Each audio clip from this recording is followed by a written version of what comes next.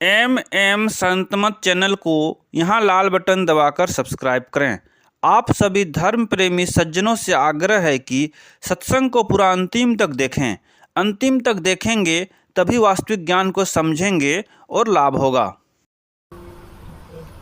सर्वक्षण स्मरणीय अनंत श्री विभूषित परम पूज्यपाद सद्गुरु महाराज के पावन श्री चरणों में कोटिशः नमन।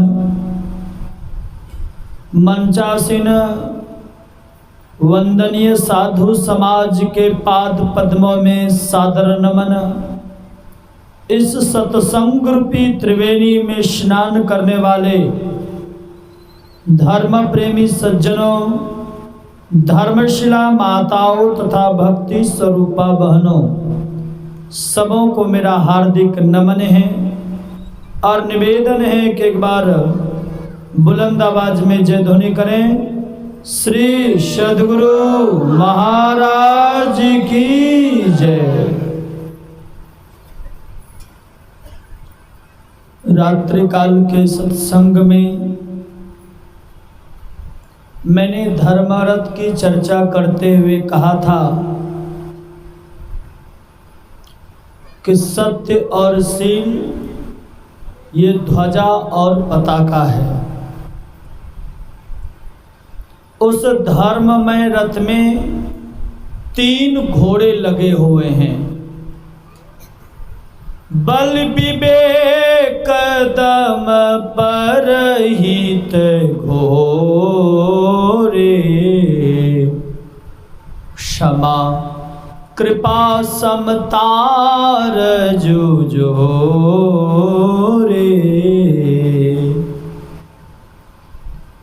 पहला घोड़ा है विवेक का बल। विवेक का बल कैसे बढ़ेगा? पहली बात समझने की है कि विवेक होता कहाँ है? सिनेमा हॉल में, सर्कस में, थिएटर में? कभी भी नहीं। गोस्वामी जी ने कहा बिनु सत्संग विवेक ना होई, राम कृपा बिनु सुलभ ना सोई। बिना सत्संग का विवेक नहीं हो सकता। हम आप साधकों को विवेक की शक्ति चाहिए। साधना करने के लिए, मनोनिग्रह करने के लिए विवेक की शक्ति चाहिए, और विवेक की शक्ति बढ़ती है सत्संग के माध्यम से। इसलिए हमारे गुरुदेव ने आशीर्वाद स्वरूप उन्होंने कहने की कृपा की, नित्य प्रति सत्संग कर ले प्यारा, तेरा कार्य सरे सारा। जो नित्य नियमित सत्संग करेंगे उनका सब काम बनेगा। तो सब काम का मतलब क्या है? ये संसार का सिर्फ काम, ध्यान का भी काम बनेगा। दोनों काम, संसार और परमार्थ, लोक और परलोक, ये दोनों काम सत्संग के माध्यम से बनेगा। इसलिए विवेक की शक्ति चाहिए। संकेत है कि बारंबार साधु महापुरुषों के संगति में बैठिए, उनके विचारों को सुनिए, समझिए और जीवन में उतारिए। जो संतों के ज्ञान को सुन करके, समझ करके जीवन में उतारेंगे, उनके अंदर विवेक का बल बढ़ेगा। पहला घोड़ा है विवेक का बल, अर्थात सत्संग करते रहना। सत्संग का तात्पर्य सिर्फ मजमों में बैठकर सुनने वाला सत्संग नहीं, ये तो बाहरी सत्संग है। बाहरी सत्संग से अंतर सत्संग करने की प्रेरणा मिलती है। जैसे थ्योरी पढ़ते हैं तब ना प्रैक्टिकल करते हैं जी। अब थ्योरी पढ़े ही नहीं तो प्रैक्टिकल होगा? कभी भी नहीं, कभी भी नहीं हो सकता। ये बाहरी सत्संग थ्योरी वाला सत्संग है, और सिर्फ थ्योरी करते ही रह जाए, प्रैक्टिकल नहीं करें तो सदैव संदेह के घेरे में बने रहेंगे। तब संतों के विचारों पर विश्वास नहीं होगा। जैसे पानी का अणुसूत्र है H2O, हाइड्रोजन की 2 मात्रा, ऑक्सीजन की 1 मात्रा मिलाते हैं तो क्या बनता है? पानी। आपने इस सूत्र को अच्छी तरह रट लिया है, याद कर लिया है, और आपके सामने हजारों लोग खड़े हो जाएं और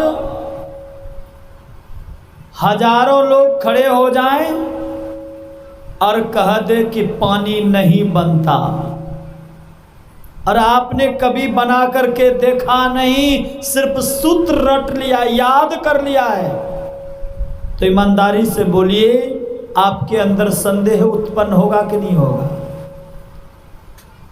पता नहीं, इतना लोग कह रहे हैं, बनता है कि नहीं बनता है, पता नहीं, संदेह होगा। लेकिन यदि आपने एक बार हाइड्रोजन की 2 मात्रा, ऑक्सीजन की 1 मात्रा मिला करके देख लिया, पानी बन गया, तो 1000 नहीं, लाख नहीं, करोड़ नहीं, करोड़ों आदमी आपके सामने खड़े हो जाएं और कह दे कि पानी नहीं बनता, तब भी कॉन्फिडेंस के साथ कहेंगे, आत्मविश्वास के साथ कहेंगे कि जरूर पानी बनता है, क्योंकि मैंने बना करके देखा है। ये विश्वास, ये कॉन्फिडेंस कैसे बढ़ा? प्रैक्टिकल करने से। अब प्रैक्टिकल जो करेगा उसी के अंदर विवेक की जागृति होगी, विवेक का बल बढ़ेगा। इसलिए सत्संग का तात्पर्य सिर्फ बाहरी सत्संग नहीं, बल्कि बाहरी सत्संग के साथ साथ अंतर सत्संग, ये दोनों तरह का सत्संग होना चाहिए। और इसी से विवेक का बल बढ़ेगा। विवेक होगा तभी ना धर्म के पथ पर आप चलेंगे, तभी ना आप मनोनिग्रह कर पाएंगे, तभी ना मन को निग्रह करने के महत्व को समझ पाएंगे, तभी ना आत्म शांति की तलाश में बढ़ेंगे। इसलिए महापुरुषों ने कहा कि विवेक का बल पहला घोड़ा है। आगे भगवान श्री राम ने कहा कि दम का साधन दूसरा घोड़ा है। दम का मतलब आलू दम नहीं समझिएगा, किचन में आलू दम होता ना जी, आलू दम नहीं समझिएगा। यहां दम का तात्पर्य है इंद्रियों का दमन करना। अभी आप लोगों ने मैत्रेय उपनिषद के पाठ में सुना, मृता मोहमयी माता जातो बोधमय सुता, सुना ना आप लोगों ने? ये ममता रूपी मां की मृत्यु होगी कब? कब होगी? तो गुरुदेव के शब्दों में सुनिए, कर दृष्टि अरुध्वनि योग साधन, ये हटाना चाहिए। क्या? अंधकार, प्रकाश और शब्द, इनके हटे माया हटेगी, प्रभु से होगी एकता, फिर द्वैतता नहीं रहेगी, असमनन दृढ़ चाहिए। यानी अंधकार, प्रकाश और शब्द, ये तीनों को हटाना पड़ेगा। और तीनों को कौन हटाएगा? जो इंद्रियों का गुलाम बना रहेगा? हरगिज नहीं। इंद्रियों का गुलाम बने रहने वाला साधक ये त्रैपट को पार नहीं कर पाएगा, जिसको गोस्वामी जी ने कहा हृदय जवनिका बहुविधि लागी। जवनिका का अर्थ पर्दा। गुरुदेव ने क्या कहा? घटतम प्रकाश व शब्द पट त्रय। पट मतलब पर्दा, 3 पर्दा। और गोस्वामी जी ने कहा हृदय जवनिका बहुविधि लागी। इसी को पलटू साहब ने कहा, जो मुसलमानी एरिया में रहते थे, उन्होंने कहा बुरका डारे टारी खुदा बाखुद दिखरावे, रूह करे मिराज कुफर का खोली कुलावा, 30 रोजा रहे अंदर में 7 रिकावा, लाम कान में रब को पावे पलटू दास। साहिब क्या करे, साहिब तेरे पास। उन्होंने कहा कि परमात्मा कहीं बाहर नहीं है, अपने अंदर है, तुम उनका दर्शन नहीं कर पा रहे हो। कारण क्या है? बुर्का ढके हुए हैं। मुसलमानी माताएं जो फेस पर कपड़ा डालती हैं उसको बुर्का कहते हैं। अब कबीर साहब ने क्या कहा? घूंघट का पट खोल रे तेको पीव मिलेगा। घूंघट मतलब आवरण, पर्दा। पट कहिए, आवरण कहिए, बुर्का कहिए, जवन का कहिए, एक ही शब्द है। ये पर्यायवाची शब्द है, लेकिन सबका अर्थ क्या है? एक है। विचार करिए। तो संतों ने क्या कहा कि आवरण को समाप्त करो। और आवरण को कैसे समाप्त करेंगे? विचार करिए। आप भी बैठे, मैं भी बैठा हूं, आप लोग भी बैठे हैं, हम लोग भी बैठे हैं। एक दूसरे का दर्शन नहीं हो रहा, दीदार नहीं हो रहा है, तो कुछ ना कुछ कारण होगा जी। कारण क्या है? तो पता चला कि बीच में आवरण है, पर्दा है, इसलिए आपको नहीं देख पा रहे। ये दोनों के बीच में एक ही हॉल है और दोनों के बीच में एक पतला सा दीवार दे दिया जाए तो क्या आपको मैं देख पाऊंगा? आप लोग हमें देख पाएंगे? नहीं। विचार करिए। उसी तरह जीव और पीव के बीच में आवरण है, पर्दा है। उस पर्दा को हटाएंगे तो हटाने के लिए क्या करना पड़ेगा? इंद्रियों का दमन करना पड़ेगा। और इंद्रियां कितने हैं? 14 प्रकार की इंद्रियां हैं। मैंने शुरू में भी कहा था।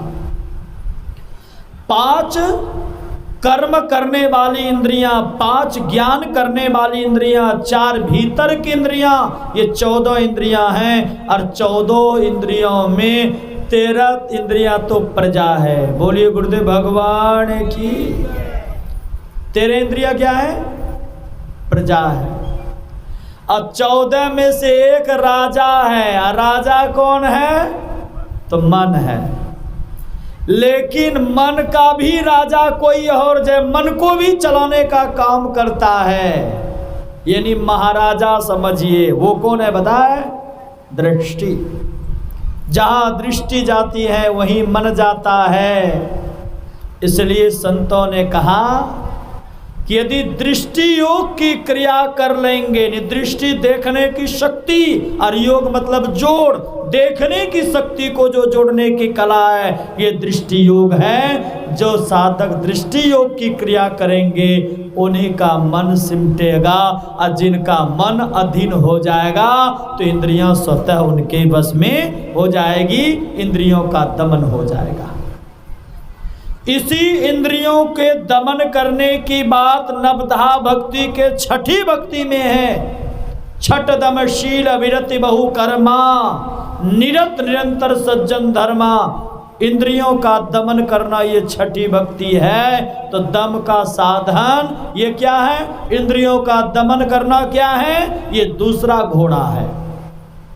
और तीसरा है इंद्रियों का दमन का तात्पर्य, यदि इसे मैं समेट करके कहूँ तो दृष्टि योग की क्रिया करना, ये दूसरा घोड़ा। पहला घोड़ा विवेक का बल बढ़ाने के लिए सत्संग, और दूसरा दृष्टि योग की क्रिया करने, दृष्टि योग की क्रिया करना, ये दूसरा घोड़ा है। लेकिन इन दोनों का सहायक है तीसरा। कौन बताए? परहित। परहित तीसरा घोड़ा है। बल विवेक दम परहित घोड़े। तीसरा घोड़ा का क्या नाम है? परहित, यानी दूसरे का हित, परोपकार, भलाई। जो साधक अपने मन को निग्रह करना चाहता है, मन की अधीनता से मुक्त होना चाहता है, तो उसको परोपकार करना पड़ेगा। मैंने कहा था कि परोपकार करने से सात्विक वृत्ति का उदय होता है, और जो के अंदर सात्विक वृत्ति का उदय होगा वही साधक दृष्टि योग की क्रिया करने में सफल हो पाएंगे। इसलिए परोपकारी होना चाहिए। ऐसा नहीं कि जो कुछ भी कमाते हैं अपने खूब कंठ तक खाइए, अपने बेटा बेटी के बारे में सोचिए, सो नहीं। आप लोग बढ़ई मिस्त्री को देखे होंगे, कारपेंटर को। लकड़ी को जब बसुल्ला से काटता है तो लकड़ी कहाँ गिरती है? आगे में। और लकड़ी कैसा होता है? खुरदुर्रा। लेकिन जब उसी लकड़ी को रंडा से काटा जाता है तो कुछ लकड़ी अपने तरफ और कुछ लकड़ी दूसरे तरफ जाती है। और लकड़ी कैसी हो जाती है? बिल्कुल चिकना। संतों ने संकेत दिया, संसार में जो कुछ भी कमाएंगे अपने लिए कमाएंगे, अपने बेटा बेटी के लिए कमाएंगे, तो जीवन में तृष्णा रूपी खुरदुर्रापन आ जाएगा, और हो जाए और हो जाए और हो जाए। लेकिन यदि संसार की कमाई आपने की, कमाई करते हुए दूसरों का परोपकार करेंगे, दूसरों की भलाई करेंगे, दूसरों की सेवा में लगाएंगे, तो क्या होगा? आपके जीवन में सरसता आएगी, आपके जीवन में शकून पैदा होगा। अरे मैंने जो कुछ कमाई की उसके लिए मैंने परोपकार किया। और रामायण में क्या लिखा है? परहित सरिष धर्म नहीं भाई, है ना? परहित सरिष धर्म नहीं भाई, परोपकार के समान कोई धर्म नहीं है। इसलिए साधकों को परोपकारी होना चाहिए। ये 3 घोड़े हैं तो लगाम भी 3 होगा ना जी। कौन सा लगाम है? तो भगवान श्री राम ने कहा कि इस धर्ममय रथ को चलाने वाले, आगे बढ़ाने वाले घोड़े, अब घोड़े का लगाम नहीं हो तो घोड़ा बेकाबू होगा कि नहीं होगा? तो उसको लगाम भी 3 है। क्षमा, कृपा, समता, रजू जोरे, ये 3 लगाम हैं। पहला लगाम है क्षमा। क्षमा किसको कहते हैं? बोलिए गुरुदेव भगवान की। क्षमा किनको कहते हैं? मानो आपके खेत में किसी की गाय आई और फसल को नष्ट कर दिया। जिसकी गाय थी बड़ा शक्तिशाली था, बड़ा पैसा वाला था, उसकी पहुंच बड़ी दूर तक थी। उस किसान को आपने दंड नहीं दिया, या दंड नहीं दिया, दंड देने की क्षमता ही नहीं थी तो आपने दंड नहीं दिया, तो उसको आपने क्षमा कर दिया ना। बाबा इसका नाम क्षमा नहीं है, तो कायरता है। आपके पास औकात ही नहीं है, क्षमता ही नहीं है, शक्ति ही नहीं है, तो दंड क्या देंगे आप? बगल में ढोड़ महाराज, ढोड़वा होता है ना, ढोड़वा सा, ढोड़ आकर के आपके बगल से गुजर जाए, आपको काटे नहीं, ये नहीं समझिएगा कि क्षमा कर दिया। उसके पास तो शक्ति ही नहीं है तो क्या काटेगा? अब कोई अदसर, खरीक जिसको बोलते हैं, कोई सर्प, विषैला सर्प फन काढ़े हैं कि अब काटेगा कि तब काटेगा। और ऐसे स्थिति में अचानक यदि रास्ता बदल दे तो समझ लीजिए उन्होंने क्षमा कर दिया। सुने होंगे, क्षमा सोवती उस भुजंग को जिसके पास गरल हो। वो सर्प क्षमा कर दिया जिनके पास विष है, और जिनके पास विष ही नहीं है वो क्षमा क्या करेगा? क्षमा का तात्पर्य है कि दंड देने की क्षमता हो और फिर भी दंड ना दें, बारंबार यदि किसी को माफ करते हैं तो उनका नाम क्षमा है। लेकिन एक बात मैं कह देता हूं, किसी को बहुत बार माफ भी नहीं करना चाहिए, क्योंकि उससे वो सबक नहीं ले सकेगा। इसलिए थोड़ा ना बहुत जरूर दंड देना चाहिए। बच्चे भी बारंबार गलती करें ना, ऐसा नहीं कि सब बार गलती का माफ कर दो, तो गलती को बारंबार माफ करोगे ना तो कल दिन वो सिर पर चढ़ करके बोलेगा। इसलिए बारंबार गलतियों को माफ नहीं करना चाहिए, लेकिन बारंबार दंड देने की प्रवृत्ति भी नहीं होनी चाहिए। अर्थात दंड देने की प्रवृत्ति कब आती है? जब आपके अंदर क्रोध आता है ना, तो यहाँ दूसरा संकेत है कि साधकों को क्रोध पर नियंत्रण करना चाहिए, क्षमा करने की भावनाएं होनी चाहिए। कहेंगे महाराज क्रोध नहीं करें तो कैसे काम चलेगा? मैं तो कहता हूं क्रोध नहीं करें तो उत्तम है।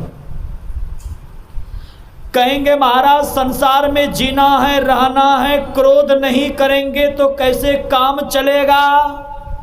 कैसे काम चलेगा? क्रोध करना चाहिए, मैं भी सलाह दूंगा क्रोध करने का, लेकिन कैसा क्रोध करना चाहिए जानते हैं? ढोलक बजाने वालों को आपने देखा है? हाँ, नहीं देखा? रोज बजाते हैं। ढोलक बजाने वाला जब ढोलक बजाना होता है ना, तो देखिएगा चाबी कसता है ना, और ढोलक बजाया हो गया और उसके बाद क्या करता है? फिर देखिएगा उसी चाबी से उसको ढीला करता है ना। और कहीं चढ़ा हुआ छोड़ दिया, बिजली का तड़का गिरा या बहुत तेज गर्मी हो गई, तो परिणाम क्या होगा? वो ढोलक नाल तबला फट जाता है। फोन बंद करिए बाबा जी, श्री सदगुरु महाराज की। जिनके जिनके पास भी फोन है 15-20 मिनट के लिए सब फोन बंद करिए। संसार होगा या तो परमार्थ होगा, दोनों एक साथ नहीं हो सकता। बोलिए गुरुदेव भगवान की जय। क्रोध करना चाहिए, लेकिन जब आवश्यकता पड़े तो क्रोध करिए, आवश्यकता समाप्त हो जाए तो क्रोध को भी भगा दीजिए। ऐसा करिए। जैसे नाल बजाने वालों को टाइट करने की आवश्यकता होती तो टाइट कर लेता, बजा लेता है, फिर ढीला कर देता। आइए, हम लोगों की चाबी क्या है? एक बार क्रोध आया, पति पत्नी में लड़ाई हुई, 2-3 दिन तक तो नहीं बोलेंगे, परस के भोजन बनाकर सामने में रख दीजिए। भोजन बना हुआ, मुंह इधर घुमा करके बोलेंगे भोजन बना हुआ है, कोई खाना चाहते तो खा ले। ऐसा नहीं।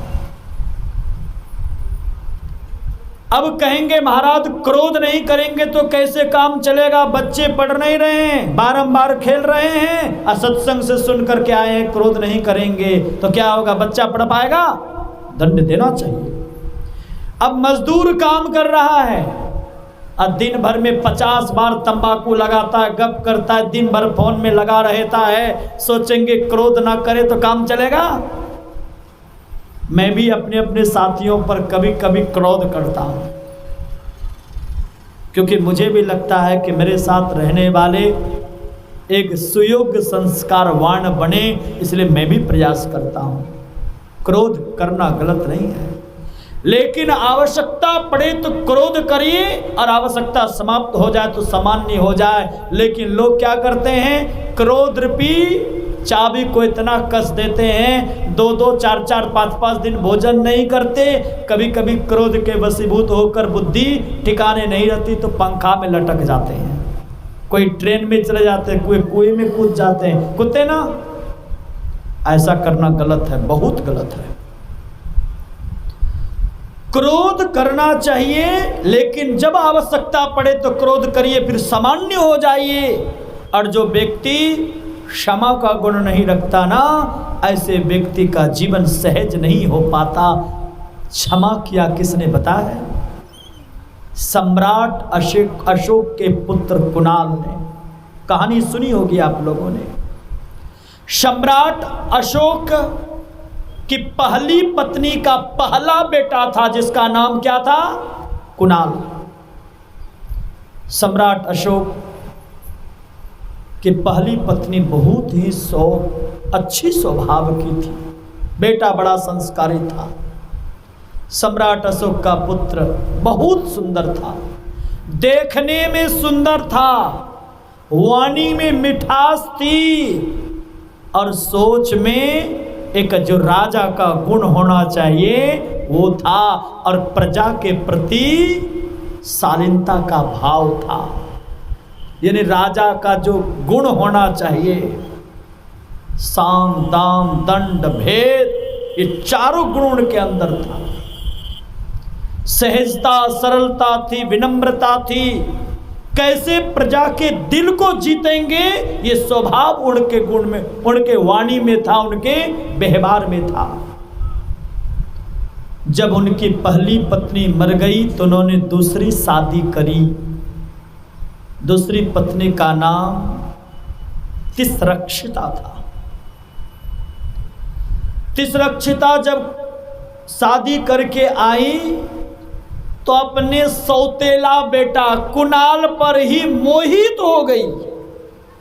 विषय की प्राप्ति के लिए, विषय की लालसा के लिए कुणाल से गलत संबंध स्थापित करने का प्रयास करने लगी। एक दिन तो हद हो गई। तिस्रक्षिता ने कुणाल को अपने कक्ष में बुलाया और उन्होंने अनैतिक मिलन करने की बात कह दी, बेविचार करने की बात कह दी।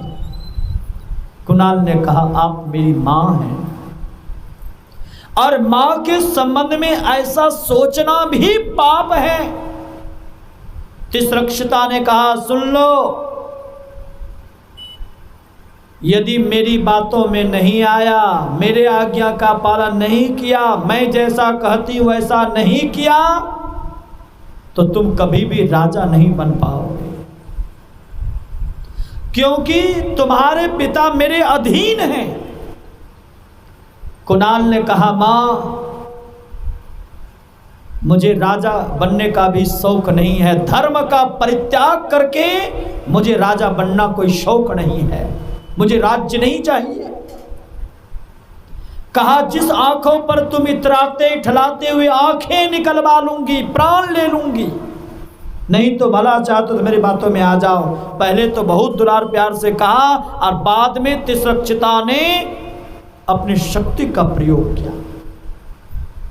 कुणाल ने कहा, मां, प्राण देना यह सहज है, लेकिन धर्म का परित्याग कर देना यह सहज नहीं है। जीते जिंदगी यदि धर्म का परित्याग हो जाए तो मरने से भी बदतर जिंदगी है। कुणाल ने कहा, मरने से भी बदतर जिंदगी है। और आप लोग को बता दूं, गुरु गोविंद सिंह ने अपने दो बेटों की बलि दे दी धर्म की रक्षा करने के लिए। जब आतताई मुगलों ने हम सनातन धर्मियों के ऊपर अत्याचार करना आरंभ किया तो उस समय गुरु गोविंद सिंह के दो बेटा था। एक बेटा का नाम जोरावर सिंह था और दूसरे बेटा फतेह सिंह था। दोनों बेटा को पकड़ा और कहा, इस्लाम धर्म कबूल करो। लेकिन दोनों भाइयों ने कहा, मैं हरगिज नहीं कर सकता। कहा, दोनों भाइयों को आमने सामने दीवार में देकर के चुन दूंगा। गुरु गोविंद सिंह के दोनों बेटों ने, जोरावर सिंह जोर से बोला, फतेह सिंह शेर से बोला, उठाओ ईंट और चुन दो दीवारों में। और दोनों भाइयों को दीवारों में चुन दिया गया, अर्थात उसके शरीर पर दीवार दे दिया गया, परंतु उन्होंने धर्म का परित्याग नहीं किया। विचार करिए। और स्वयं गुरु गोविंद सिंह की बात को तो देखिए। आज यदि थोड़ा भी सनातन धर्म जिंदा है तो ऋषियों की शक्ति है। गुरु गोविंद सिंह जैसे, बंदा बैरागी जैसे लोगों की आज कुर्बानी हमारे आपके काम आई है। नहीं तो आज भी मुल्ला के तरह अजान पड़े हुए होते ये हिंदू सनातन धर्मी भी आज इस्लाम बने हुए होते। इतना अत्याचार किया है। और नहीं तो अमृतसर में जाकर के देखिए कि कैसा कैसा अत्याचार किया है स्वर्ण मंदिर में जाकर के। गुरु गोविंद सिंह को जब कहा कि धर्म का परित्याग कर दीजिए तो गुरु गोविंद सिंह ने कहा कि मैं ऐसा नहीं कर सकता। कहा, नहीं करोगे तो गला उतार लूंगा। गुरु गोविंद सिंह ने एक छोटी सी कागज में, छोटे से कागज के टुकड़ों में कुछ लिख करके उस मुल्ले के हाथ में दिया, उस आतताई मुगलों के हाथ में दिया और कहा, मर्द है इस कागज के टुकड़ों को मुट्ठी में लेकर के मेरा गला उतार दो। कागज के टुकड़ों को मुट्ठी में लिया और गुरु गोविंद सिंह का सर कलम कर दिया, सर कलम कर दिया। और जब कागज के टुकड़ों को पढ़ा तो उसमें लिखा था धड़ दे दिया परंतु धर्म नहीं दिया। विचार करिए।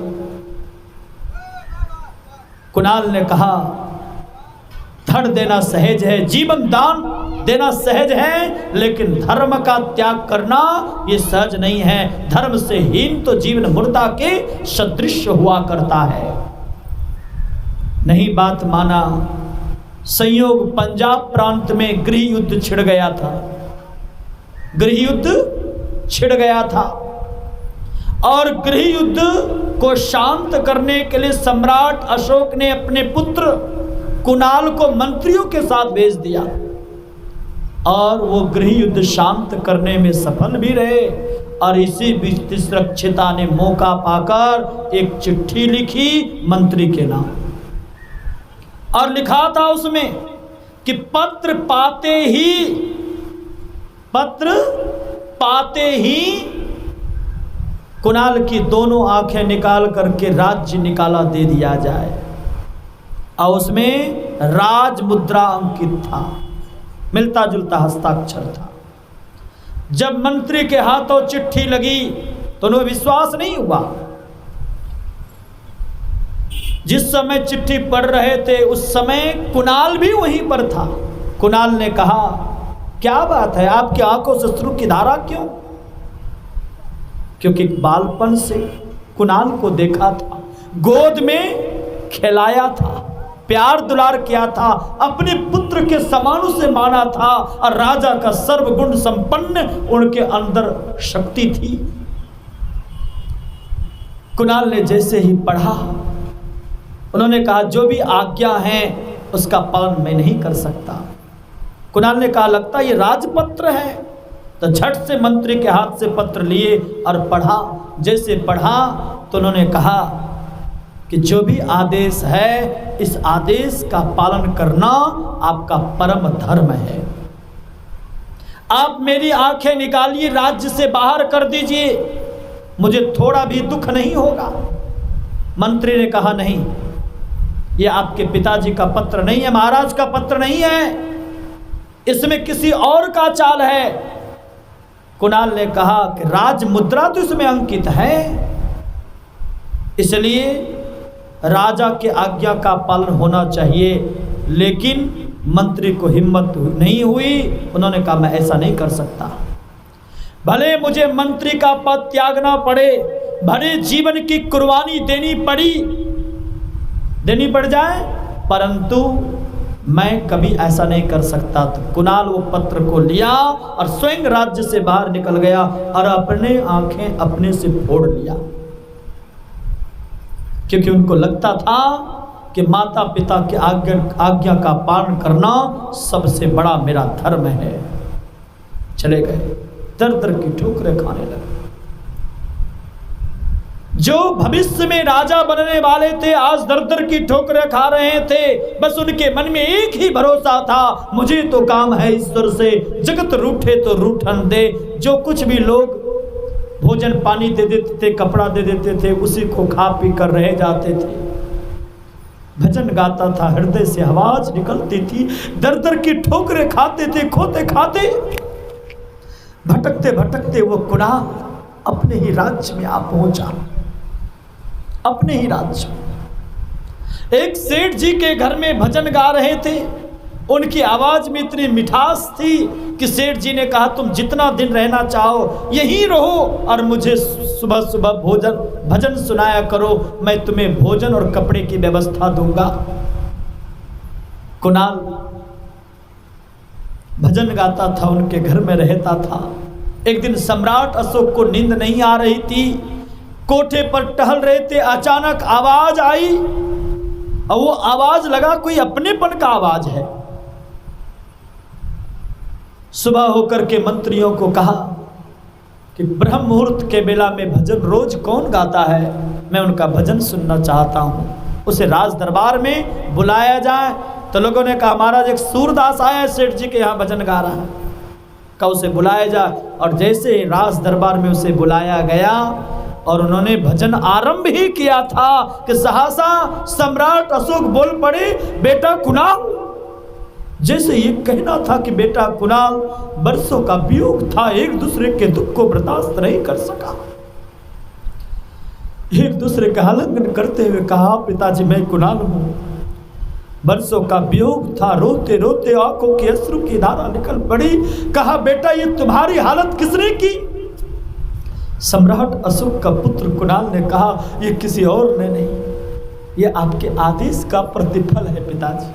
चिट्ठी निकाल करके हाथ में दी। जैसे ही चिट्ठी को पढ़ा सम्राट अशोक ने कहा ये पत्र मेरा नहीं, ये तुम्हारी पापिनी मां का है, ये तिसरक्षता का पत्र है। और जैसे ही इन बात की जानकारी मिली सम्राट अशोक को मानो हृदय पर कोई कुल्हाड़ी से प्रहार किया। कहा बोल बेटा इस पापिनी को क्या दंड दूं? सम्राट अशोक के पुत्र कुणाल के हृदय की विशालता देखिए। कुणाल ने कहा ये मेरी मां है, क्षमा कर दीजिए। क्या कहा? ये मेरी मां है, क्षमा कर दीजिए। लेकिन सम्राट अशोक का क्रोध शांत नहीं हुआ। सिपाहियों को आदेश दिया कि जमीन में गड्ढा खोदो और इसे जिंदा दफना दो। गड्ढा खोदा गया। जब दफनाने की बारी आई तो कुणाल ने धीरे धीरे टटोलते टटोलते पिता का पैर पकड़ा और कहा पिताजी मैंने अपनी मां को क्षमा कर दिया है, आप भी क्षमा कर दीजिए। हे पिताजी गलती पर जो गलती करे उसको हैवान कहते हैं, गलती करने पर जो माफ कर दे उसको इंसान कहते हैं। और गलती पर जो गलती करे उसको हैवान कहते हैं, गलती करने पर जो सुधर जाए उसको इंसान कहते हैं। और गलती करने वालों को जो माफ कर दे उसको भगवान कहते हैं। आज मेरी माँ के लिए इंसान मत बनिए, मेरी माँ के लिए आप भगवान बन जाइए, इन्हें क्षमा कर दीजिए। इसी का नाम क्षमा है। साधकों के अंदर हृदय की विशालता होनी चाहिए, क्षमा का गुण होना चाहिए, कृपा दया की भावना होनी चाहिए, क्षमता सुख दुख स्थिति परिस्थिति में समभाव रहना चाहिए। ये 3 लगाम हैं, क्षमा कृपा क्षमता रज्जु जोड़े, ये 3 लगाम हैं। रथ बन करके तैयार है, रथ को चलाने वाला चाहिए। समय तो पूरे 9 बजने में 3-4 मिनट कम है। प्रसंग यो तो अधूरा रह गया, लेकिन मैं सोचता हूँ कि झूठा प्रसंग अब अपराह्न काल के लिए क्या छोड़ूं, 2-4 मिनट में समेट दूं। नहीं, ध्यान व्यास का समय है। बोलिए श्री सद्गुरु महाराज की जय। तो यहाँ तक तो रथ है, रथ को चलाने वाला सारथी क्या है? ईश भजन सारथी सुजाना। ईश्वर की भक्ति अति चतुर सारथी है। ये कहा ईश्वर की भक्ति चतुर सारथी है। कल आपने हमारे दीपक बाबा से सुने कि सारथी कैसा होना चाहिए। सारथी होना चाहिए, स्वार्थी नहीं होना चाहिए। राजा शैल्य स्वार्थी थे और भगवान श्री कृष्ण कौन थे? सारथी थे। सारथी का तात्पर्य रथी की चिंता जिनको हो वो सारथी, और जो अपने स्वार्थ के लिए कार्य करता हो वो स्वार्थी। तो ईश्वर की भक्ति अति चतुर सारथी है। ईश्वर की भक्ति में 3 बातों की मुख्यता होती हैं, स्तुति, प्रार्थना और उपासना। ये स्तुति ईश्वर की भक्ति का अंग है। ईश भजन सारथी सुजाना, वैराग्य ढाल है, संतोष तलपार है, ज्ञान विरति चर्म संतोष कृपाना, दान परशु बुद्धि शक्ति प्रचंडा, दान फरसा है, ज्ञान तेज बर्ची है, श्रेष्ठ विज्ञान अनुभव ज्ञान कठिन धनुष है, अमल अचल मन त्रोण समाना, मल रहित पाप रहित स्थिर मन तरकस के समान है, शम यम नियम नाना प्रकार के तीर हैं, कवच अभेद विप्र गुरु पूजा, गुरु और ब्राह्मणों की पूजा कवच के सदृश्य है। जो गुरु ब्राह्मणों की आज्ञा का पालन करते हैं अर्थात आदेश उपदेश के अंदर रहते हैं, मानो कवच धारण किए हैं, कवच अभेद विप्र गुरु पूजा, यही सम विजय उपाय न दूजा, इसके समान विजय के लिए दूसरा उपाय नहीं है। सखा धर्ममय असरत जाके जीतन कहन कतहुरु पुता के, हे सखा जिनके पास ऐसा धर्म रहता हो, कैसा, कल से जो आज तक अभी तक सुने, ऐसा धर्मरत जिनके पास हो, महा अजय संसार रिपु जीत सके सो वीर, अर्थात जो अजय, जो संसार जितना असंभव सा प्रतीत होता है, ऐसे असंभव संसार को भी जीत लेंगे, अर्थात जो मन को जीत लेंगे संसार को जीत लेंगे, और जिन्होंने संसार को जीत लिया संसार के दुखों से पार हो जाएंगे। महा अजय संसार रिपु जीत सके सो वीर, जाके असरत हो दृढ़ सुनो सखा मत धीर, जिनके पास ऐसा धर्मरत हो उनको जीतने के लिए कहीं भी शत्रु नहीं है। सामास रूप में कहूँ तो गुरु से युक्ति जानकर अच्छा कर्म करते हुए, उनके आज्ञा का पालन करते हुए जो ध्यान करेंगे उन्हीं को परमात्मा आनंद की प्राप्ति होगी, वही संसार के दुखों से छूट सकते हैं, आवागमन के चक्र से मुक्ति मिल सकती है। यही आप लोगों को सुनाया। बोलिए श्री सद्गुरु महाराज की जय।